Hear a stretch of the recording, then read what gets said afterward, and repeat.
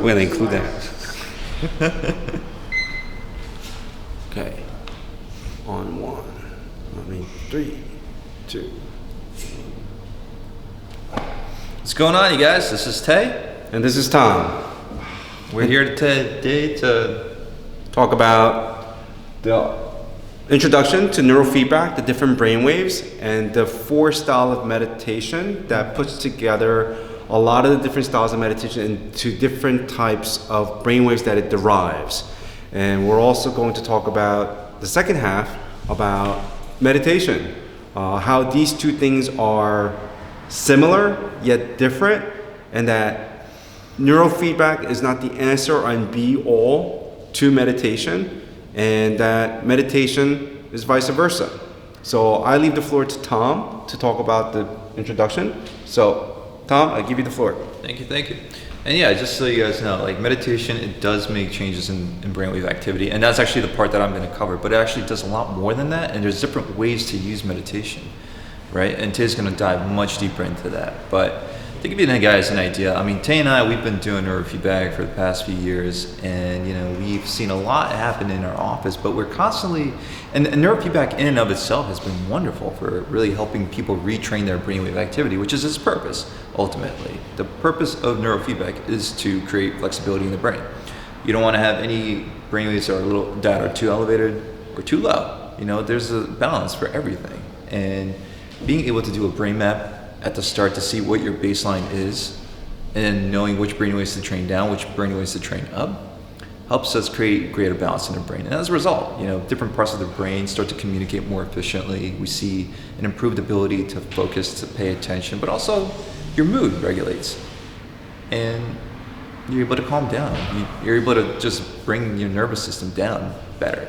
As a result of that, it creates a greater degree of resilience to any kind of stress that you experience, emotional, mental. And so really, the way we go about it, we do a brain map, see what's out of balance, and then we use neurofeedback to train that back into balance. How do we do that? We use electrodes. We place those onto the scalp. I set certain protocols into our system, and we basically reward good brainwave behavior. And we do so with feedback from visual stimuli, auditory stimuli. You can see things, and then you get feedback from the screen you're watching. You can be hearing things that will, on all of these, train your brainwaves into a more balanced state. And we can also use meditation for that. I've been studying with Dr. Jeff Tarrant, who I'm basing some of this here off of. And he's got a great practice of his own. And if you guys want to check him out, he's at the Neuromeditation Institute. And he's able to combine meditation with neurofeedback. And so we're going to cover brainwave states, and then we're going to cover different forms of meditation, what they do in the brain. And then Tay, of course, is going to take you guys back and show you what else meditation can do, what it really is. And there's definitely overlap, right? But he's going to dive deeper into that. Now, starting with your slowest brainwaves here, your delta waves, these I want you to think of as someone being in a very deep state of sleep. You're unconscious and you're not alert, you're not awake. And it's associated with rest and regeneration, right? So your brain is recouping when you're sleeping.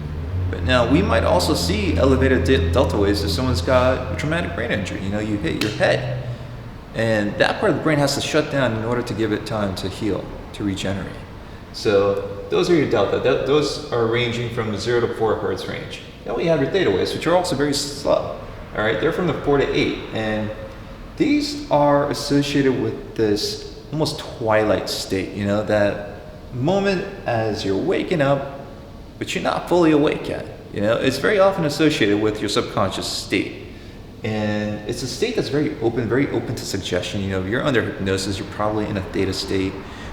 Get this, kids spend a lot of their time in a theta state because as they're growing up, they need to absorb information. They need to constantly be downloading all this information they're getting from their peers, their parents, life, their environment, because they need to be able to survive, right? And so data being associated with your subconscious, right? These things are being placed into our subconscious. And when we're out and about on our day-to-day, like 95% of what we do and engage in, the decisions we make, are driven by our subconscious state. Now, here's a fun fact for you. You can actually place intentions for things you want to do and achieve into your subconscious state, right as you're falling asleep. Be thinking about them, be visualizing them, be feeling what that would be like to have, to experience those goals, those outcomes that you want for yourself. You can do this as you're waking up to it in preparation for your day, right? And you're placing that into your subconscious, and that subconscious intention will drive the outcome. We also run an alpha theta protocol in our office where you get feedback, auditory feedback, that basically helps guide your brainwaves into those states so you can engage in a kind of visualization prior to that. And then, again, be placing that into your subconscious.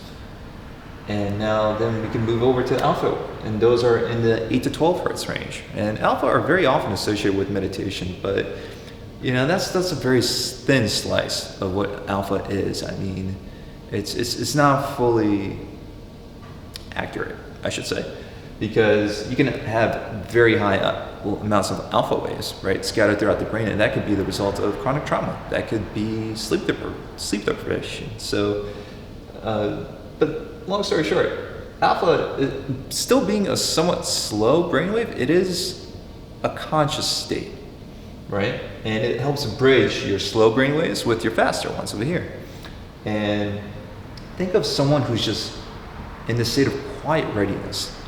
It's not overly stimulated, but it can also be like an athlete in his flow state where other stimuli drop out and he's almost hyper-focused on his task.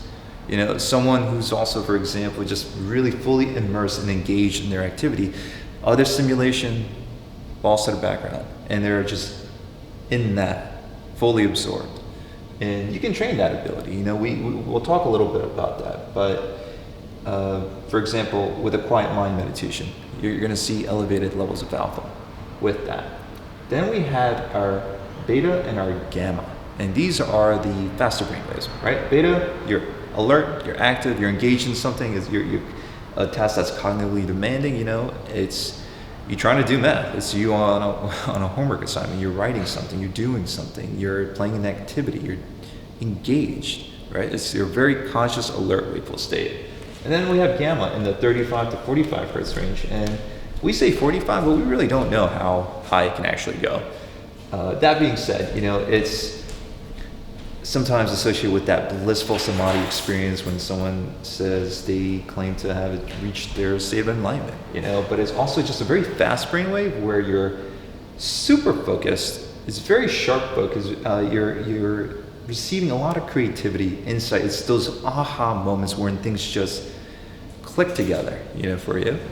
And it's associated with a state of effortless understanding. Like you're just consuming information and it's just fully being integrated into you. And so that more or less is where these brainwaves fall. I'll make a note over here. We kind of shift and move from these as we're getting older, right? Like as children, as babies, we're spending a lot of time sleeping. We're constantly in delta mode. And then as I mentioned, as we're getting older, we're still in these slow brainwaves. We're in theta mode. We're just absorbing information about life, the environment, how to survive, how to be. Then we're moving into alpha, and we're slowly starting to integrate these things. And then ultimately beta, we're conscious, we're alert, we're more active, we're acting with more agency in our lives. All right, so now we're going to focus on the 4 meditation styles. And as we pointed out in the beginning, there's hundreds of different meditation styles, but we can kind of group them into these 4 categories, right? And we can also hook people up, see what brainwaves are being produced when they're engaged in these, and then be able to use these as practices to, of course, train those brainwaves. So we're going to start off over here with the focus style meditation. And so think of any meditation where you're just watching the breath. You're repeating a mantra. You're putting all your focus on one particular thing. And every time your focus goes away, you come back to it. Goes away, you come back to it. So you're doing 2 things, right? A, you're training your beta activity, right? Your alert brainwaves. So if someone has too little activity in a particular area of their brain, they can use focus style meditations to train those brainwaves up. You're also just generally training your ability, your muscle to focus, right? So this is wonderful for people who may struggle with their focus and attention. Kids with ADD, ADHD, for example, may have slower brain waves in their prefrontal cortex, those areas that are responsible for generating attention, paying attention, and generating focus. And so you can do that with a focused style of meditation. Then we can move on to mindfulness. And here with mindfulness meditations, we are not actively doing or engaging in anything. It's more just about open awareness. It's about observing what's happening and having no judgment about it, not engaging it, not thinking about the thing. It's just observing. It's about awareness. And you can apply that into your day-to-day. It's just being mindful of your body, mindful of your thoughts, mindful of your emotions, mindful of the activities you're engaging, just being aware, right? And we see higher levels of frontal theta. And again, theta being a somewhat slower brainwave, right? So higher levels of frontal theta here. So like basically activity is falling away. Alert activity is falling away. You're just observing. You're not doing. Now, that being said, it's probably not ideal for someone with ADD, ADHD, right? Because they have maybe too many theta waves in ratio to their beta waves, right? They have too much slow activity. They got to train their activity up, not down. Conversely, though, but they could still practice this meditation if it means practicing the skill of mindfulness, right? Because to be able to observe, for example, that your thoughts are going away, you can then use focus to redirect them, to bring them back. So there's overlap here, right? And that's what I do want you guys to understand. It's not so clear cut. And it's not like you can only do one and not others. And so that's mindfulness. And then we have quiet mind, okay? And quiet mind is going to create an increase in your alpha levels, right? So it is a meditative kind of place, right? I want you guys to think of something like TM, Transcendental Meditation, right? The purpose here is ultimately to give you a state of no thought to some degree. And Transcendental Meditation, it starts with a mantra that you're constantly being asked to repeat, right? But the purpose of that mantra is so that way you lose yourself in that mantra. You go beyond the tool, right? And think of someone with OCD. Think of someone who's obsessively thinking things, and maybe, or even someone with a personality disorder where they just have really negative thoughts. To be able to quiet those thoughts is a great skill to have, to increase your alpha levels and reduce that level of activity. Ultimately, then we fall on open heart. And open heart is interesting. It's similar to a focused on meditation in the brainwaves that it produces. Because the purpose of open heart, you're just cultivating a sense of love and compassion and kindness. So you're bringing your focus and awareness to that thing, and you keep coming back to it, right? Or maybe to an individual that you want to send those things to, right? In your mind. But it differs in that you're intentionally creating this internal sense, this emotion, right? And so generating love, compassion, kindness, or even just gratitude. You know, basically what you're doing is you're creating a positive mood shift. If you're someone who's got depression, who's got other things that they're struggling with, to be able to actively cultivate that, well, you're creating positive changes in your brainwave activity, right? You're also changing positive changes in your emotional state. And your emotional state has a direct impact on your body's ability to heal. You know, if we're walking around with excessive inflammation, and a lot of people who are depressed have excessive inflammation in the body, if we're able to cultivate feelings of love and gratitude and positive states, ultimately, we're able to heal those places. So again, I just want you to see how these things all work together. Now, last point that I'm going to make is you can actually use neurofeedback sometimes to, or use a brain map, for example, to see which brainwaves are out of range and give people practices to train those brainwaves, right? But it's, as Tay said, it's not an end-all, be-all, okay? There's overlap between the neurofeedback, there's overlap with meditation, but meditation is so much more than just brainwave activity, okay? And I'm gonna pass things over to Tay, and he's gonna dive a little deeper into that, okay? Hi.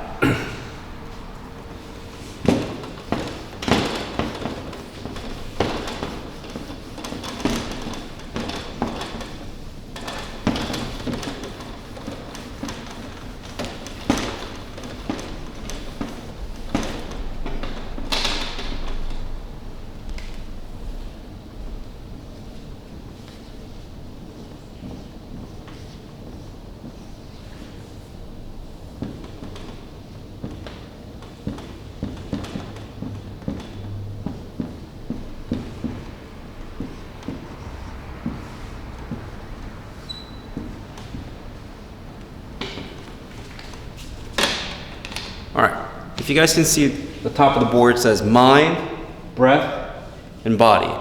On my last video, I talked about how these three components describe what Qigong is. So me being a Qigong practitioner, I'm going to talk about it from this standpoint. So let's talk about the body first, because that's what everybody does.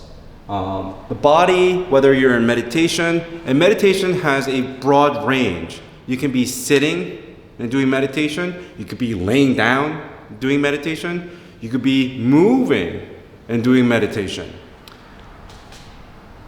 The breath, popular breathing technique that everybody's doing is the Wim Hof method, holotropic breathing, fire breathing, water breathing from yoga, etc. And those are all great.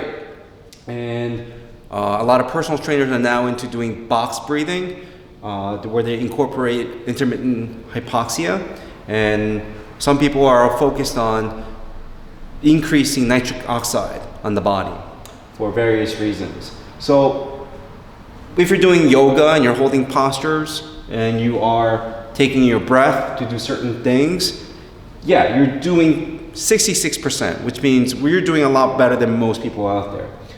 How do you incorporate the mind? Well, we just talked about focus, mindfulness, quiet mind, open heart. I guess it would fall under focus. Focus, you could do visualization, and it could be static or movement. And what they don't talk about here as well is also different emotions. Can you generate certain type of emotions with your mind? So by doing these three things, you're able to bring together the elements of doing 100% of what is required for a meditation. I have met a lot of teachers out there, and sadly to say, not a lot of people have these components to bring together, and that's why I'm very adamant about delivering this message to people out there. Okay, so different styles of meditation are able to do different things that brings clarity, focus, giving emotional releases, and those all have medical components. I talked about the anti-aging meditation. I have a teacher, I won't say who because I don't want to point them out. Him and I used to go to these restaurants, and I would always ask the waiter or the waitress who looks younger. And they would always point to my teacher, and he was a lot older than me. And he said that meditation that he would teach me had these effects. And one of those things that it does for people is that it keeps you young for various reasons. One, the constant breathing that you do throughout the whole entire meditation keeps you that way. The stretching component that allows blood to reach areas that normally wouldn't keeps you young. Oxygenation of the body also keeps you young. But if you're doing it in a very focused way, you can do those things. Now, one thing that neurofeedback cannot provide for the general public is that it cannot help you develop the body. You have to do that yourself. So if you want to go get a better body, you have to do certain type of body. The Shaolin temples were divided into two major sections. One, they focused on a lot of body component. That's why they practice all these drills to develop their body. And the other one was more on mind. And you need a balance of mind and body. And in order to do these things, the breath connects it. You see how this is all interlinked? Okay, now let's talk about Qi. If you generate Qi in the body, the Qi is divided into three different categories when it comes to medicine. They call that the three treasures. One is Jing, which is the essence, the seed energy of who you are. And if you water that energy or develop it, it has the ability to transform from a seed state to a sprout. And the sprout can root, develop leaves, and eventually flower. It transforms. And last is Shen. Shen is the spirit of who you are. And if you look at the three different components of this type of energy, if you look at a plant or a flower, okay, this is my stick figure flower. Okay, so on the bottom here, it's the roots of the flower. These are the leaves. So the roots, it pulls in. The direction is everything is going toward the plants, nutrient, water, etc. And then the middle of the plant, it helps transform. And eventually the flower is very giving. The flower wants to give its beauty to the people who will look at it. It gives off scents for the insects to come, and it's very pleasing, so it's very giving. In order to develop energy that neurofeedback is not able to do, which is developing the body and control of the mind, and it doesn't do the breath. However, it does change your brain waves. So I've met some people who are in illusion of that they experience neurofeedback, and they're going around telling people that they're enlightened and that they're Zen Buddhist master monks, and they have literally no meditation experience. And having the experience of meditation for close to about 20 years and receiving multiple sessions in neurofeedback, I have to say it's different and there's some overlap, but that's like saying I got neurofeedback and my body became physically better than most personal trainers out there. And that would be an illusion. So I just want to clarify that fact, because like it kind of irks me when I hear people saying, oh, I received neurofeedback and I'm enlightened. I'm like a Zen Buddhist master monk.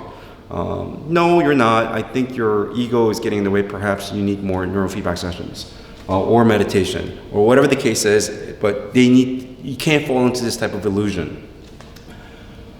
Qi. Okay, so let's talk about Qi. Qi has many different various factors. It could be different emotions. So if you're not a happy person and you want to be happy, or if you're angry, you want to become less angry, a lot of the breathing will help. But breathing alone is not it. So the mind has to get you into a calm state. I don't think you guys will be able to see these words, so I'll just say it as I point to mine. You need to get your mind to a state. So when you're sitting down and you're breathing, right, and if your mind's going to the past to some sort of trauma or some sort of stress, or you're worried about your shopping list and things you got to do in the future, your mind's going to the future, you got to learn how to bring it to the present. And how do you do that? You relax your body on the exhale. So you take a deep breath in, which requires energy to do, but when you breathe out, just control your breath. And now that you have heard this, you can't say, I don't know how to relax. Next is the mind. By bringing your mind to the present, you're calming your mind. And breath, you're generating energy. And because you're generating energy, if you're angry or not happy, depressed, and you're breathing in that state, guess what? You're going to amplify that energy. So that is why it's important to breathe and let go. The body, you want to just relax as much as you can, right? And sometimes you want to hold posture, which we'll talk about in the upcoming videos. So once again, always keep in mind that if you really want to engage in your meditation, and I'm going to drive this over and over and over in my upcoming videos, mind, body, breath, mind, body, breath, in all that you do, and you'll bring more awareness in dance, personal training, your exercises, your martial arts, and so forth. And thank you for watching. See you next time. Bye.